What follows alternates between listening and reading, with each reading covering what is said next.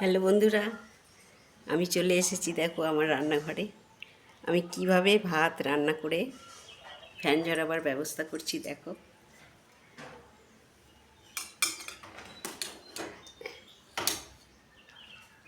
এইভাবে ছানচাই করে ভাতটা তুলে, কেন আমার তো ডান হাত ভেঙে গেছে, বাঁ হাতে এইভাবে আমি করছি। দেখো, ভাত ফ্যান ঝরানোর সমস্যা নেই। ভাতটা একটু সামান্য শক্ত আছে, যেটুকু ফ্যান থাকবে এটা হাতেই টেনে নেবে আর ভাতটা ঠিকঠাক হয়ে যাবে।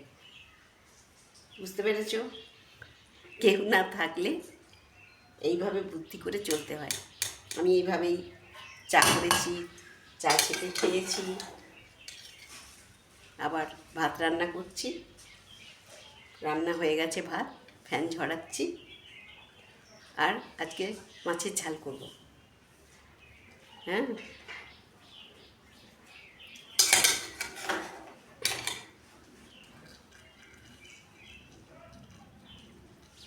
হয়ে গেল।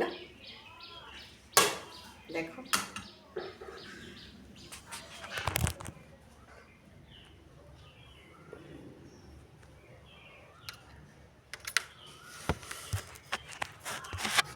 দেখতে পাচ্ছ ভাত হাঁড়ি। বুঝতে পারছো তো একলা থাকলে কিভাবে করতে হয়?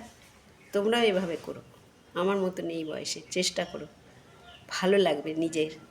ঠিক আছে, মনটাও ভালো থাকবে কাজের মধ্যে থাকলে। আমার হাত ভেঙে গেছে, কি হবে এ সমস্ত ভাবতে হবে না।